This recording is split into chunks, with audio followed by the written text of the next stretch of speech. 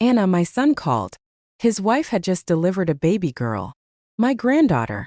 I was overseas in Europe managing my company's portfolio. I told him I'd be on the next available flight, as soon as I could. When I finally walked into their home in Fairfield County, Connecticut, 4 days later, there was a terrible silence. There was no baby. Where is she? My son Thomas wouldn't meet my eyes. He was standing in the immaculate entryway. Anna, Thomas, where is my granddaughter? He just mumbled the words. We gave her up for adoption. I stared at him. The words wouldn't connect in my mind. Subscribe to the channel and tell us in the comments which country you're watching from. Let's see. What are you talking about? Thomas off-screen, cold. She's deaf, Mom. We can't raise a damaged child. They'd thrown away their 5-day-old daughter.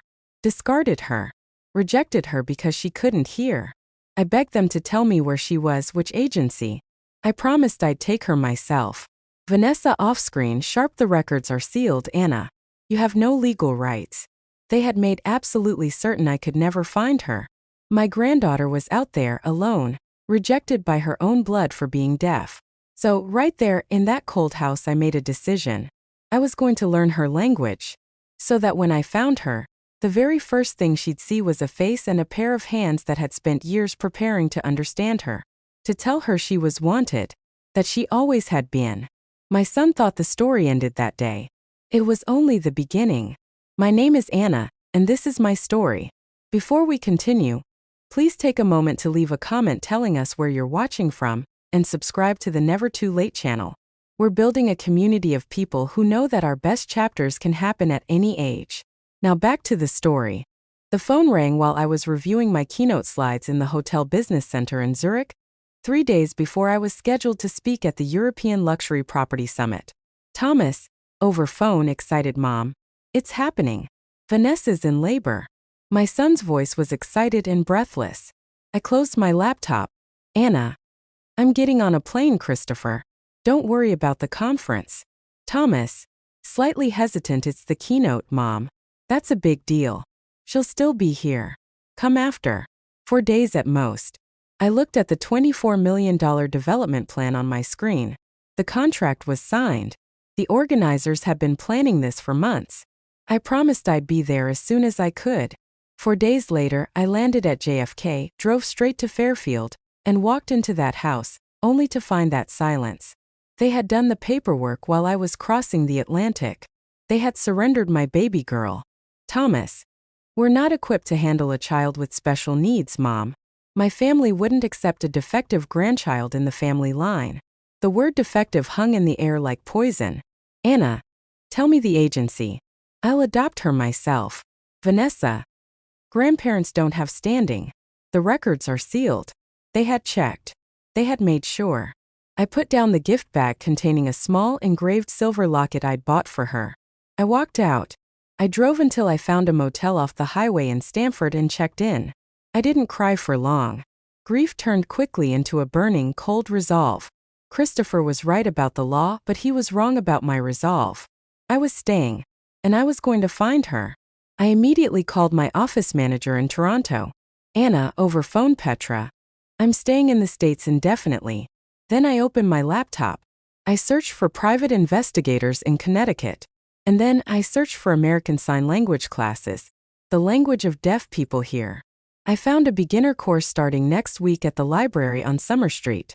I registered and paid online instantly. I looked at myself in the bathroom mirror. 54 years old. Jet-lagged. Swollen eyes.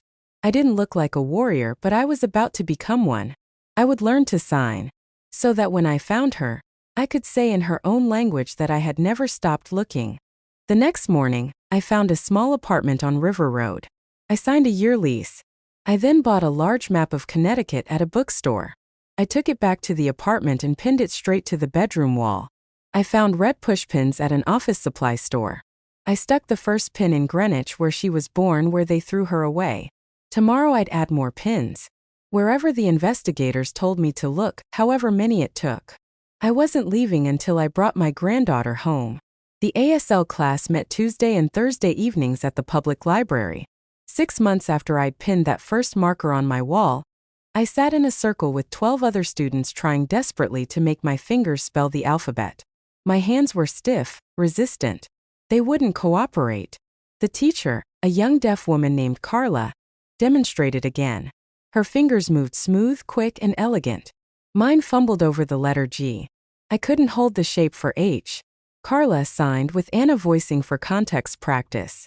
Every day. This is muscle memory. I practice constantly. In my rental car stuck in traffic. In the grocery store line waiting to pay. Before bed. My hands cramped. I kept confusing the sign for B and the sign for F. The first private investigator I hired quit after 8 months.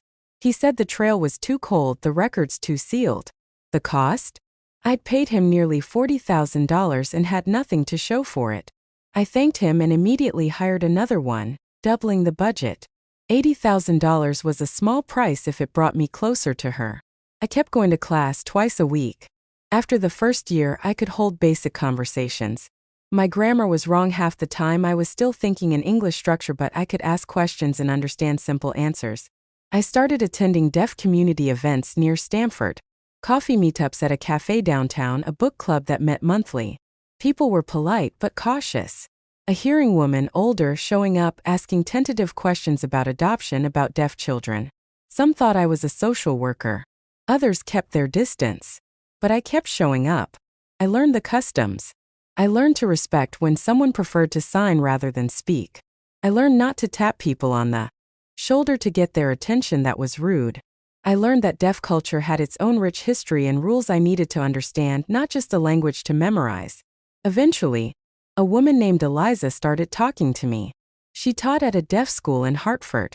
Over coffee one afternoon, I told her the whole story. Anna, signing and speaking, they gave her up because she was deaf. I've been looking ever since. Eliza signed how long? Anna signed and speaking 2 years now. Eliza signed and you learned sign language for a baby you've never met. Anna signed and speaking so I'd be ready when I found her. She nodded slowly. I'll ask around. Deaf schools programs. Someone might remember something. But nobody did. Not that year. Not the next.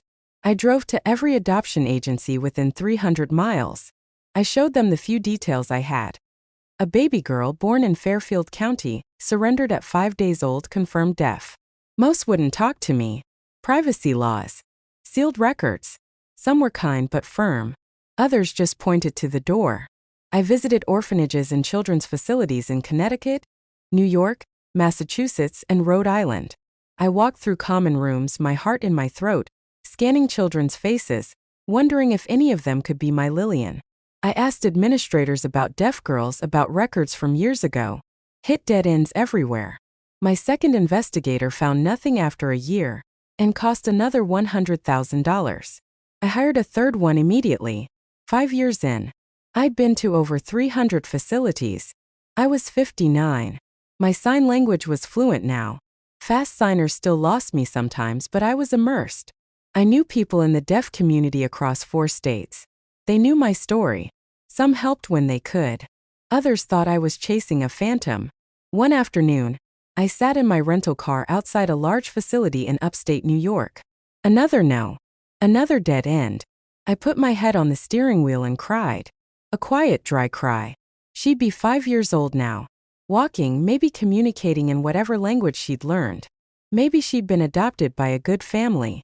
Maybe she was happy. Maybe I should stop. But I couldn't. Not knowing where she was. Not knowing who was signing to her. Not knowing if she ever wondered about the grandmother who'd tried to find her. I wiped my face and started the car. The deaf community started calling me the grandmother who never stopped looking. Some said it with admiration. Others with a hint of pity, like I was obsessed. Maybe I was. 10 years after I'd stuck that first pin in my map, I had hundreds of pins. Red for agencies. Blue for facilities. Green for deaf schools. My apartment walls were covered with maps and lists and notes. I was 62. My hair was mostly gray. My knees ached from all the driving, all the walking, all the stair climbing in old buildings. But I wasn't stopping. Then, on a Tuesday morning in March, my phone rang. The number was unfamiliar. Jennifer on phone, is this Anna? The woman looking for her granddaughter? The caller was a social worker named Jennifer. She worked at a children's home in Richmond, Virginia. She said someone in the deaf community, maybe Eliza, had mentioned my long search. Jennifer on phone, I think I might know who you're looking for. There's a girl here. She's been with us since she was an infant. She's deaf. She's 12 now. Nobody has ever adopted her. My hands went completely numb. 12. The right age. Anna, voice shaking. What's her name? Jennifer on phone, we call her Chloe. But that might not be her birth name. Her records are sparse. I was already grabbing my car keys and my wallet. Anna. I'm coming. I can be there in 6 hours. Jennifer on phone, I'll be here until 5. Drive safely, Anna. I drove straight through. I stopped once for gas and a terrible cup of coffee. My heart wouldn't slow down. This could be another dead end. I'd had calls like this before. Leads that went nowhere. But something felt different this time. The children's home sat on a quiet residential street in Richmond. It was a converted brick house with a small playground out back. Jennifer, the social worker, met me at the door. She was younger than I'd expected, maybe 30, with kind, tired eyes. Jennifer, she's outside. Recreation time. I haven't told her you're here. Didn't want to get her hopes up. We walked through the building, past bedrooms and a small cafeteria. Out a back door to the playground. Jennifer there. She pointed. A girl sat alone on a bench near the perimeter fence. Small for 12. Dark hair pulled back in a loose braid. Hunched shoulders. While other kids played soccer and climbed, she sat separate. Isolated. Jennifer, quietly she does that. Keeps to herself. She's been passed over so many times. Families come, they meet the kids, they choose someone else. After a while she stopped hoping. I couldn't move. Couldn't breathe right. Anna. Can I talk to her? Jennifer, go ahead. I walked across the playground. The girl didn't look up until I was close. Then she glanced at me quickly and looked away, the way you do when you're used to being invisible. I sat on the bench beside her and signed. Anna signed hello.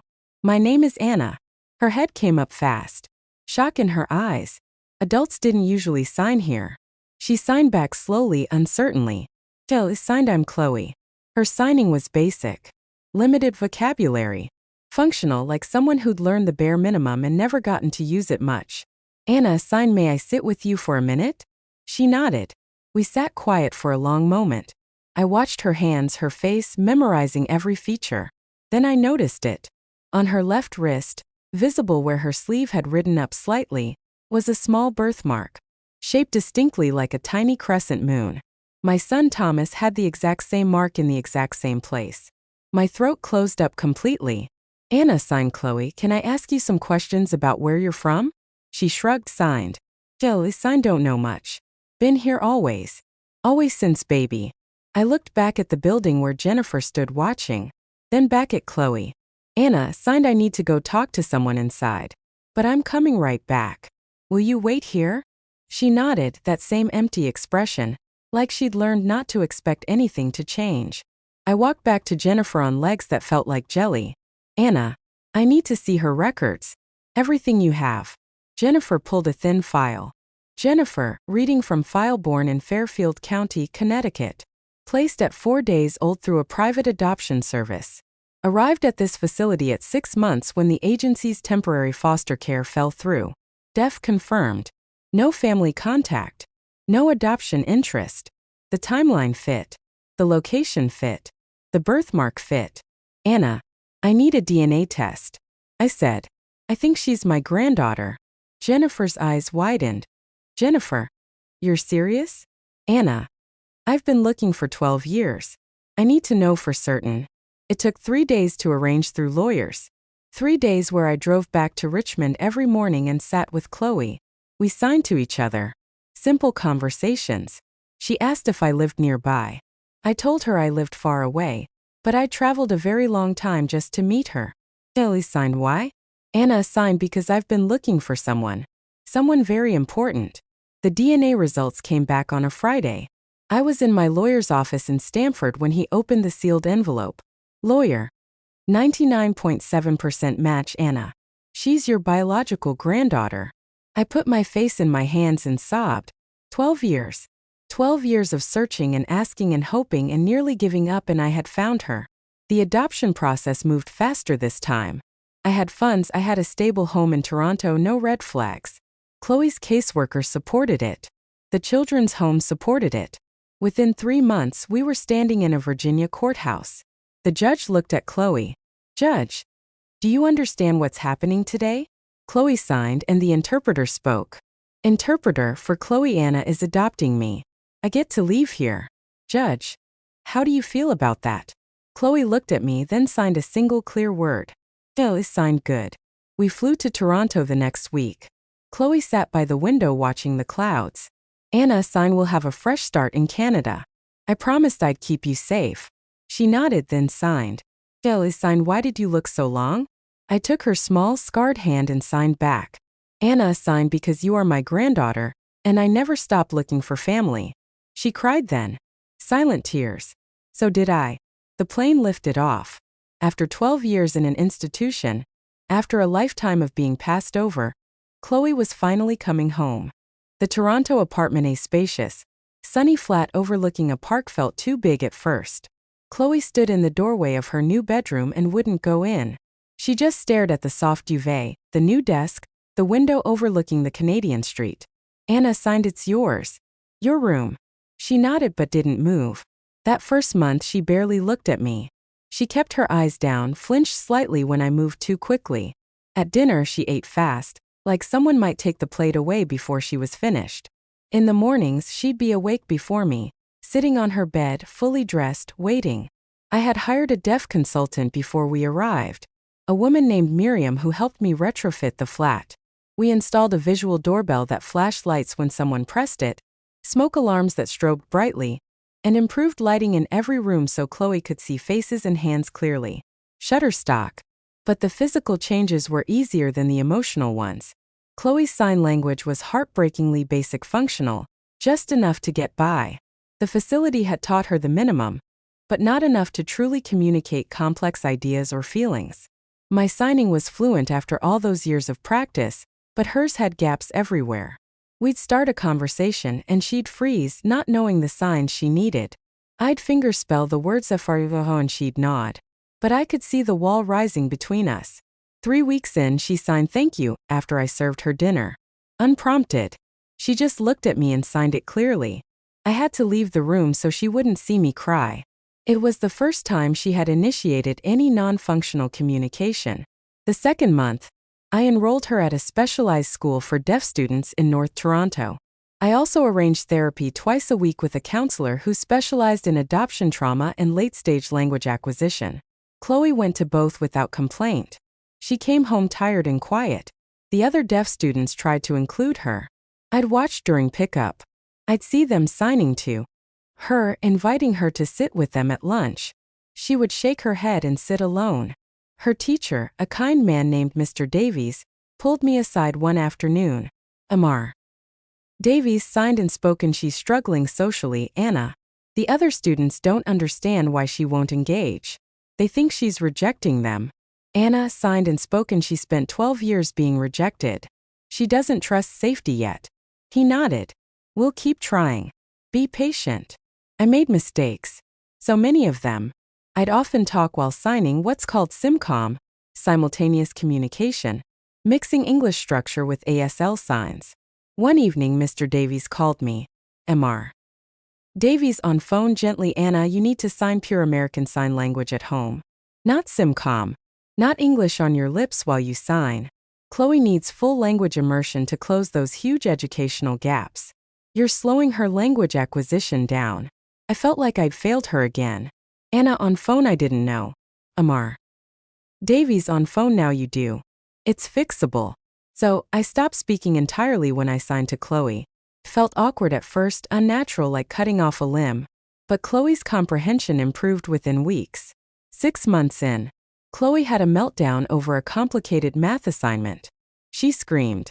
Actually screamed out loud, a raw, guttural sound I'd never heard from her before. Then she threw her textbook, threw her pencil case, swept everything off her desk onto the floor. I didn't know what to do. I stood frozen in the doorway while she sobbed. Then I knelt on the floor and signed slowly and clearly. "Anna signed, I'm here. I'm not leaving. You're safe." She collapsed next to me. I held her while her whole body shook with the deep fear of abandonment. Later, her therapist explained it. Chloe's fear of rejection ran deep. Any correction, any frustration felt like an imminent threat. Like she was about to be sent away again because she wasn't good enough. Therapist: it's going to take time. Years maybe. Be patient. Be absolutely consistent. By the end of that first year, things started shifting. Chloe made a friend. Another deaf girl named Sasha, who was full of life and wouldn't take no for an answer. Sasha just kept sitting with Chloe at lunch until Chloe finally started signing back.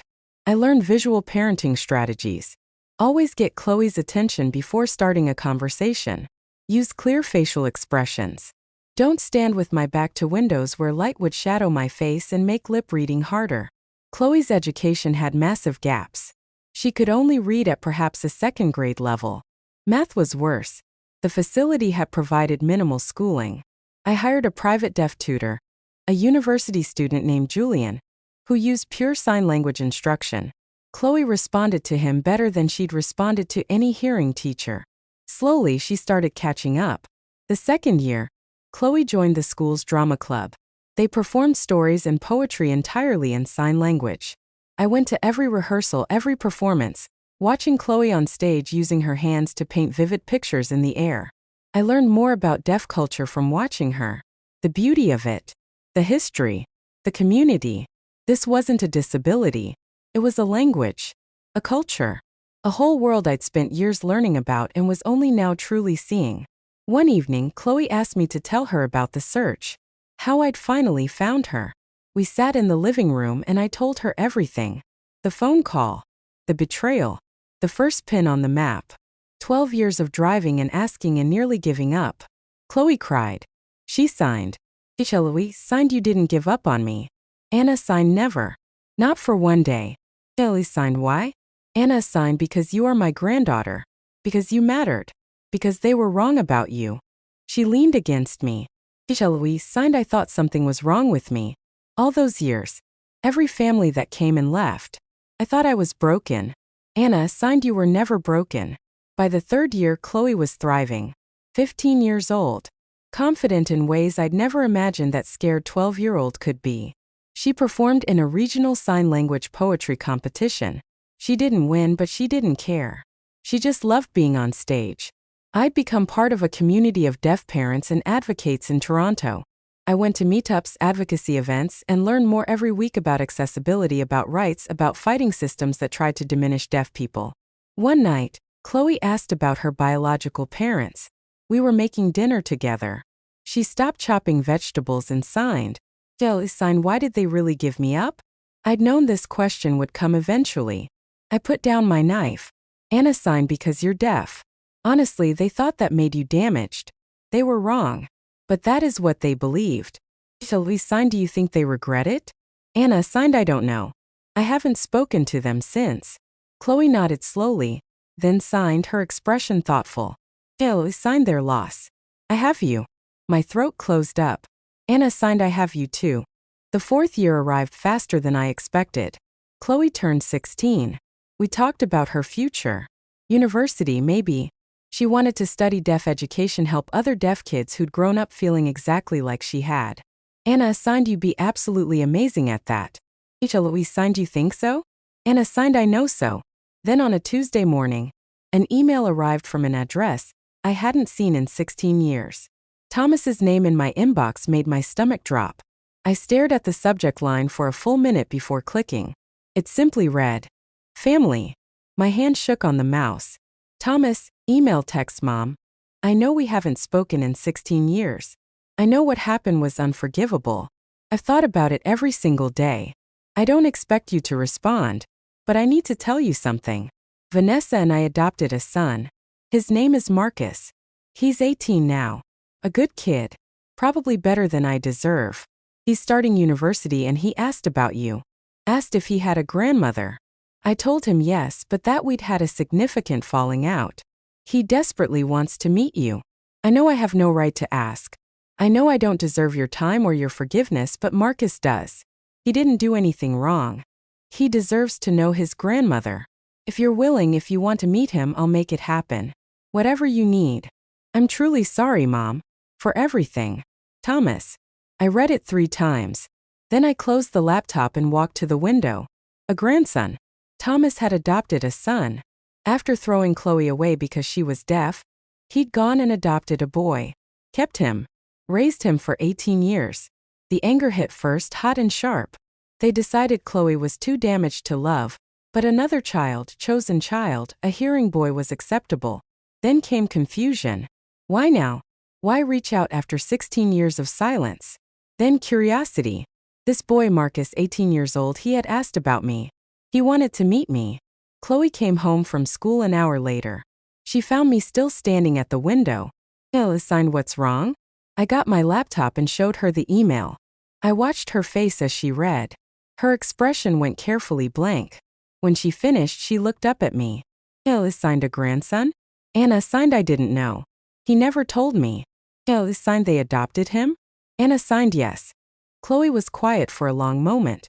Then she signed. Fichaloe signed, what do you want to do? Anna signed, I don't know. Part of me wants to delete it and pretend I never saw it. Part of me keeps thinking about this boy who didn't do anything wrong. Signed, he's adopted. Like me. Anna signed, I know. Do you want to meet him? I sat down on the couch. Anna signed, maybe. Is that wrong? Chloe sat beside me. Fichaloe signed, it's not wrong. He's your grandson. Anna signed, so are you. Fichaloe signed, I know. But he doesn't know I exist. And he's asking about you. If you want to go, I'll come with you. I looked at her. Anna signed, Chloe, I can't ask you to face them. Fichaloe signed, you're not asking. I'm offering. You shouldn't have to do this alone. Anna signed, they're the people who gave you up. Fichaloe signed, I know who they are. But I also know who I am now. I'm not that scared baby anymore. I'm not even that broken 12-year-old. I'm okay. And you might need backup. I almost smiled. Anna signed, backup. Fichaloe signed, moral support. Whatever you want to call it. I'm coming. They can't know who you are. Not yet. Not until I figure out what they really want. Anna signed, so you're just my adopted daughter from the UK? Fichaloe signed, which is true. Anna signed, when do we leave? I looked at the email again. Anna signed, soon. Let me respond first. Set something up. Over the next week, I exchanged emails with Thomas. I arranged to come to Connecticut, telling him I'd be staying at my old estate there. He offered to have us stay with them. I declined sharply, telling him I was bringing my adopted daughter. He said that was fine and looked forward to meeting her. I didn't tell him anything else. Chloe and I packed our bags. She was calmer about the prospect than I was. The Connecticut estate sat on 5 acres in Fairfield County, the same town where Thomas still lived. I bought it years ago. The house smelled like dust and closed windows when we arrived. Chloe helped me pull dust covers off furniture, open curtains, and turn on the lights. That evening, I sent Thomas an email. Simple, direct. I'm in Connecticut. When can we meet? His response came within an hour. Tomorrow? There's a quiet bistro on Greenwich Avenue. Neutral ground. I wrote back, tomorrow at 7 o'clock. I'm bringing Chloe. Looking forward to it, he replied. I wasn't. The next evening, Chloe and I arrived at the restaurant early. A quiet place with white tablecloths and soft lighting. We sat near the window. Chloe watched the street, her hands folded calmly in her lap. At 7:15 they walked in. Thomas first. Then Vanessa. Then a tall young man behind them. I hadn't seen my son in 16 years. He looked older than 46. Gray at the temples, thinner. He wore an expensive sports coat that looked slightly threadbare now. Vanessa looked diminished. Still polished, but her jewelry was minimal, her clothes less overtly designer. She held herself stiffly. The young man had to be Marcus. Tall, dark hair, kind eyes. He looked curious and nervous. Thomas reached me first. Thomas, Mom. I stood. I didn't hug him. I just looked at him. Anna, Thomas. Thank you for coming. He gestured to the table. Should we sit? We sat. Marcus took the seat across from Chloe. Thomas made introductions. Thomas. Mom, this is Marcus. Marcus, this is your grandmother, Anna. Marcus smiled at me, warm and genuine. Marcus, hi, Grandma. I've truly wanted to meet you for a long time. His voice was kind. I found myself softening slightly. Anna. Marcus, it's nice to meet you too. I turned to Chloe. Anna. This is Chloe, my adopted daughter from Toronto. I found her in an orphanage when she was 12.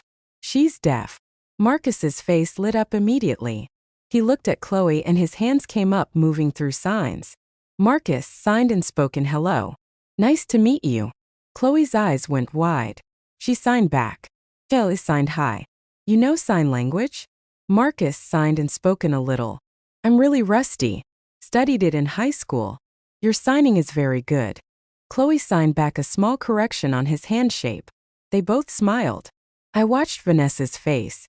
A flicker of discomfort passed across it, but no recognition. Thomas looked uncomfortable too, though for different reasons. The waiter came. We ordered. Thomas tried to fill the silence.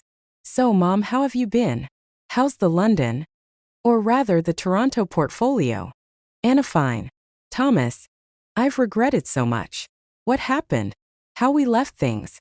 I think about it constantly. I looked at him directly. Do you?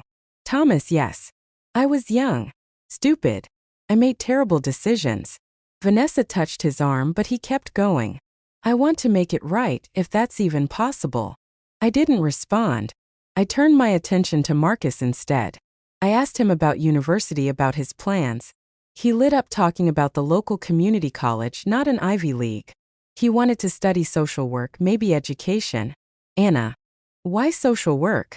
He shrugged, slightly embarrassed. I like helping people. And I think I understand what it's like to feel like you don't quite fit. Chloe was watching him carefully. I asked Thomas and Vanessa about their lives. They talked about downsizing and simpler living. When I asked direct questions, are you still in the Roundhill house? Their answers stayed vague. Thomas mentioned they'd moved to a smaller place. Vanessa changed the subject when I asked why. Something felt fundamentally wrong, off-key. Marcus, meanwhile, kept talking to Chloe. Kept signing despite his rustiness.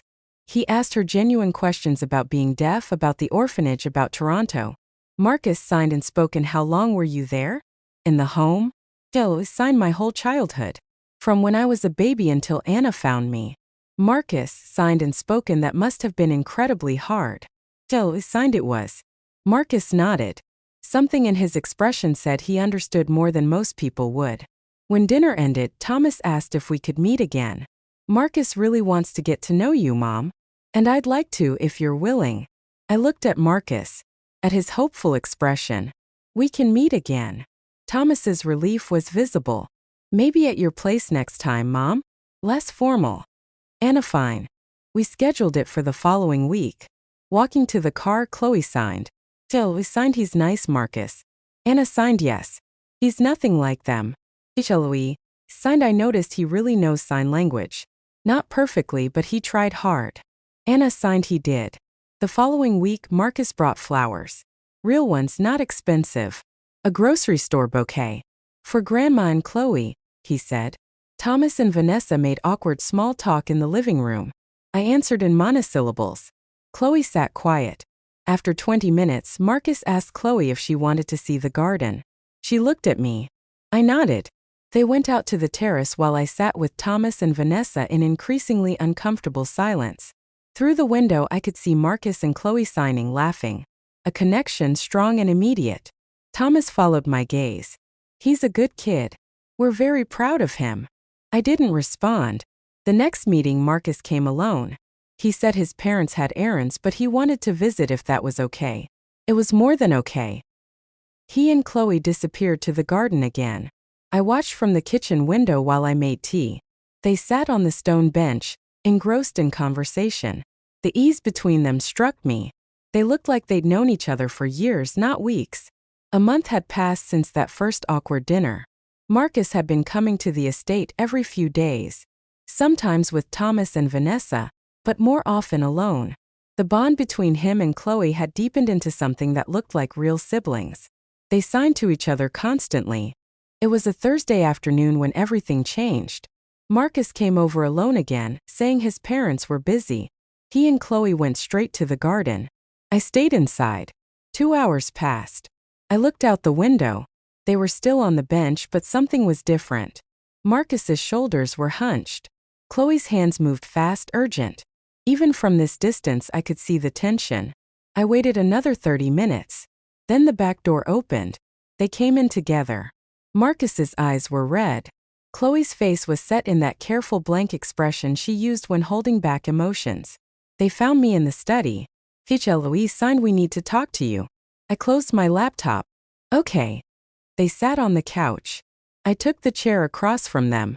Marcus couldn't look at me. Chloe reached over and squeezed his hand. "Anna." "What happened?" Marcus started. His voice came out rough. "I need to tell you something about why my parents really came back. Why they wanted me to meet you." Marcus. 6 months ago, my grandfather got arrested. My mom's father. I waited, letting him wrestle with the words. Marcus. He'd been running some kind of massive investment scheme for years. A Ponzi scheme, maybe even bigger. Completely collapsed. The government seized everything. He's in federal prison now. I processed that. Vanessa's family. Old New England money. Prestige. All gone. Marcus. They lost everything. The huge house, the luxury cars, the savings, all of it. My father lost his job because he only had it through connections to my mother's family. Now those connections won't touch them. Anna. Where are you living? Marcus. A cramped 2-bedroom apartment, the less desirable side of town. They're facing bankruptcy. They owe maybe $7 million everywhere. The pieces clicked into place. The worn clothes. The vague answers. The desperation under Thomas's apologetic performance. Anna. And they came back to me for money. Marcus nodded, finally looking away. Marcus. They coached me before we came to that first dinner. Told me what to say. How to act. They said you'd help if I played up the grandson thing, that you'd feel guilty about missing out on my childhood, and want to make it up to me with a large settlement or property. Chloe was watching my reaction carefully. Anna. And you went along with it. Marcus, at first. I finally looked at me, his eyes pleading. I didn't know what else to do. They're my parents. I thought maybe they really did want family, and the money was secondary. But then I met you and Chloe, and I realized this is what real family feels like. Not performance. Not obligation. Just connection. His voice cracked. I feel sick about it. About lying to you. About being part of their scheme. You and Chloe are the first people who've ever made me feel like I could just be myself. And I'm here under false pretenses. Anna, you're 18, Marcus. You're here because they brought you. That's not your fault. Chloe signed something to him. He nodded, took a shaky breath. Marcus. There's more. About them. About how they treated people. Chloe asked me to tell you something about when I was younger. He paused, gathering strength. Marcus. When I was 16, I dated a girl, Helen. She was deaf. I learned sign language for her. We were together for about 6 months. My parents found out and lost their minds. I could see where this was going. My chest tightened.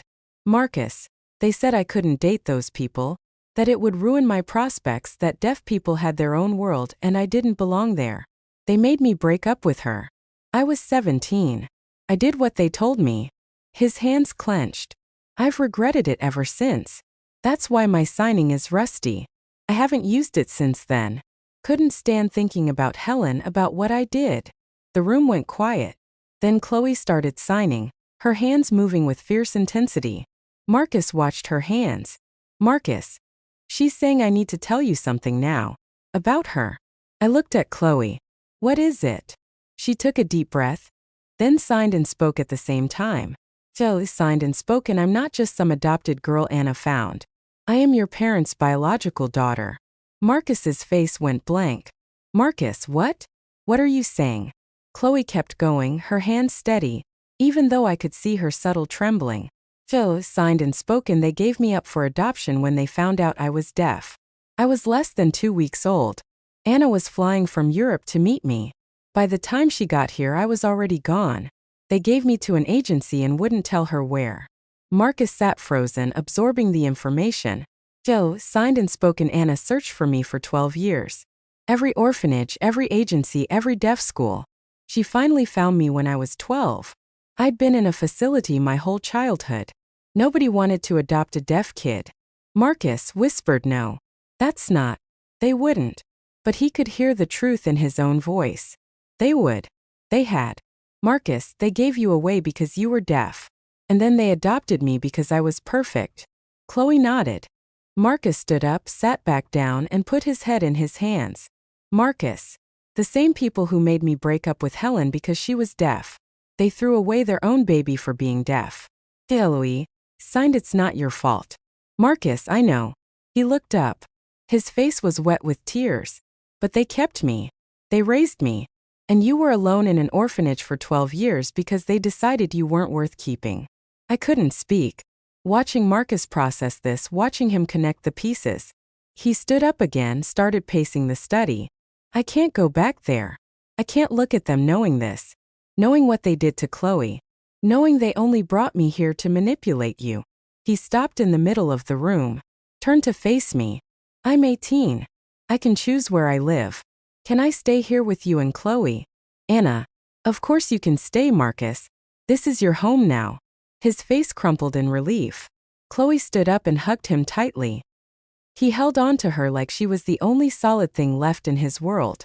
Over his shoulder, Chloe looked at me. Jill, sign, what do we do now? Anna, now I said we tell them the truth. All of it. Let them know we know about the money, about the scheme, and about who Chloe really is. Marcus, when? Anna, soon. I'll invite them to dinner. Here. We will end this. Marcus. I should be the one to tell them. About the money. About what I know. Anna, you don't have to. Marcus, I do. I was part of it. Even if I didn't want to be, I need to own that. Eloise, sign, we'll do it together. All three of us. I looked at them. My two grandchildren. One I'd searched for relentlessly, one I'd just found. Both choosing truth over comfort. Both choosing this makeshift family over the one that had used them. Anna, together. Marcus sat back down. Chloe sat beside him. I moved to the couch and sat on Chloe's other side. We stayed like that for a long time. The three of us processing, preparing for what came next. Outside, the sun started setting. Inside, we held each other. A grandmother and two grandchildren. Ready to face the people who'd hurt us. Ready to end this. 3 days after Marcus and Chloe told me everything, I sent the invitation. Thomas, Vanessa. Please come to dinner at my estate this Saturday at 7 o'clock. There's something we need to discuss. Thomas's response came within the hour. We'd love to. Thank you, Mom. See you then. I could practically read the hope in those words. The assumption that I was finally ready to write the check. Saturday arrived cold and clear. Marcus had been staying in one of the guest rooms since Thursday. He hadn't gone back to his parents' apartment. That afternoon, the three of us prepared. We set the dining room table with the good china, made a rosemary-crusted roast with root vegetables, and opened a decent bottle of Bordeaux to let it breathe. Marcus was quiet. He kept checking his phone, setting it down, picking it up again. Anna, you don't have to do this. Chloe and I can handle it. Marcus, no. He put the phone firmly in his pocket. I need to. I was part of their plan. I need to own that. Chloe touched his arm. Eloise, sign, we're with you. He nodded, managed a weak smile. At 7 sharp, the doorbell rang. I answered it. Thomas and Vanessa stood on the porch. They had dressed up. Thomas in a suit that used to fit better. Vanessa in a tailored dress that looked expensive, but was perhaps 5 years out of date. She held a bottle of cheap supermarket wine. Vanessa. Nancy. She smiled too brightly. We brought wine for tonight. Anna. Come in. They followed me to the dining room. Thomas's eyes went immediately to Marcus, who sat at the table next to Chloe. Thomas. Marcus, I thought you'd be home by now. Marcus. Change of plans, father. We sat. I served the roast, poured wine, and made small talk while they settled in. Thomas tried too hard to fill the silence. He complimented the house and asked Marcus about non-existent college plans. Vanessa added agreement to everything he said. Chloe sat quiet.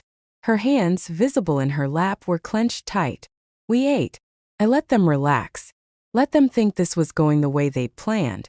Dessert came out. Apple crumble and coffee. Vanessa set down her fork and glanced at Thomas. Vanessa. Anna, we wanted to talk to you about something important. Anna, before you continue, I said, setting down my napkin, I have something to tell you both. Gabriel and Chloe sat straighter. Anna, this is Chloe. but I haven't been entirely truthful about who she is. Thomas's face shifted to confusion. Vanessa went absolutely still. Anna.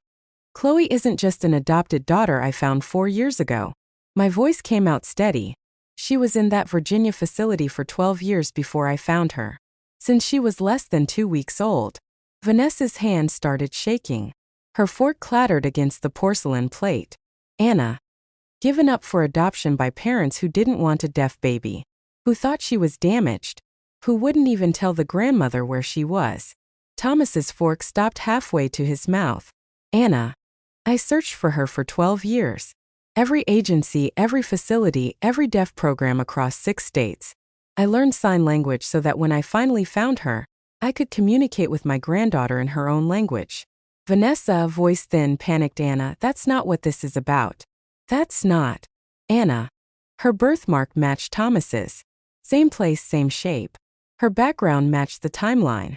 The DNA test confirmed it with 99.7% certainty. I looked at Thomas. Anna. This is your daughter. The granddaughter you threw away. Thomas put down his fork. His face was the color of chalk. Anna. You cut me off when I begged you to reconsider, I said. You gave her away at less than 2 weeks old and wouldn't tell me where. I arrived from Europe to meet her, and she was already gone. Vanessa started crying. Not sad tears. Panicked tears. We didn't know. We were young. We didn't know how to handle a deaf child. Anna. You were 28 and 30. I said. You had money, resources, family connections. You didn't want her. There is a very distinct difference. Marcus stood up. And I know why you're really here. Not for family. Not for reconciliation. For money. Thomas spun around to him. Son, that's not true. Don't listen to her. Marcus. I told them everything. His voice was shaking but rock steady. Grandfather's Ponzi scheme. The bankruptcy. How you coached me before that first dinner. How you told me to play up the grandson angle because Grandma would feel guilty and help. Vanessa was sobbing now. We had no choice. We lost everything. Your grandfather destroyed us. Anna, you had choices. I said. You made them. You gave away an infant because she was deaf. Because your family cared more about appearances than a baby's life. Chloe stood. She signed and spoke at the same time. Chloe signed and spoke, and I spent 12 years in that children's home. 12 years watching families come and leave without me. 12 years thinking something was wrong with me, that I was the problem. Thomas looked at her. He truly looked at her for the first time. I saw the recognition hit. The birthmark. The age. The timeline. Thomas. Chloe. Chloe. Signed. You don't get to say my name. You gave up that right when you gave me away. Marcus stepped closer to Chloe. You forced me to break up with Helen when I was 17. Said dating deaf people would ruin my prospects. Called them those people. The whole time, you'd thrown away your own baby for being deaf. Vanessa. Hysterical. That was different. Marcus. How? His voice rose to a shout. How was it different? There was no answer. Thomas tried one last time. Mom, please. We made mistakes. Terrible mistakes. But we're still family. Anna, no. I said. You made your choice when you gave away your daughter. I made mine when I spent 12 years searching for her. And Marcus has made his. Marcus looked at his parents. I know you raised me. I know you gave me a home. But what you did to Chloe. I can't look past that. I'm staying with them. Vanessa. Marcus. She stood up, knocking her chair over. You can't just abandon us. We raised you. We're your parents. Marcus. Chloe needed parents and you threw her away. He said, his voice breaking. I need a real family now. I pointed toward the front of the house. Leave my home. Don't contact us again. You lost your children. Both of them. That is the consequence of your choices. Thomas stood slowly. Vanessa was crying too hard to speak coherently. He took her arm. Thomas. He said one last hollow word. Anna, goodbye, Thomas. They walked out. I heard the front door open and close. Then car doors. An engine starting. Tires crunching on the gravel. Then silence. Marcus sat down hard, putting his face in his hands. His shoulders shook. Chloe moved to him, putting her arms around him. I sat on his other side, holding them both. Anna, it's over. Marcus cried. Relief and grief mixed together. Chloe cried, two silent tears down her face. We stayed like that until the candles burned low and the coffee went cold. Then we cleaned up together. Washed the dishes. Put away the leftovers. Normal tasks that felt deeply grounding. 3 months later, we were back in Toronto. Chloe returned to her deaf school for her final years. Marcus enrolled at the University of Toronto, studying social work. The flat was crowded with 3 of us, but it worked perfectly. Marcus's sign language improved daily. Chloe helped him practice, corrected his grammar, and taught him new signs. One morning, I came into the kitchen to find them already there. Chloe setting the table. Marcus making toast. The easy routine we'd fallen into. Marcus. Helen texted last night. Chloe looked up. Sign, what did she say? Marcus. That she got my apology. That she appreciated it. He smiled slightly. We're going to keep talking. See where it goes. She's still in Connecticut, so it's complicated, but it's something. Chloe grinned. She signed something that made him laugh out loud, and he signed back. I made coffee, watched them, my grandchildren. Teach Eloise signed, what are you thinking about? I signed back. Anna signed, how lucky I am. How worth it the search was. Marcus came over and hugged me. We're the lucky ones, Grandma. Chloe joined us. The 3 of us standing in the kitchen in our pajamas with the morning light streaming through the windows. We'd started as broken pieces. A grandmother searching. A girl abandoned. A boy used. Now we were whole. Not perfect. Not without complications. But family. Real family. And that was everything. So that's my story. I'd love to hear what you think. Did Thomas and Vanessa deserve a second chance? Or did I make the right call in cutting them out completely? Let me know in the comments below.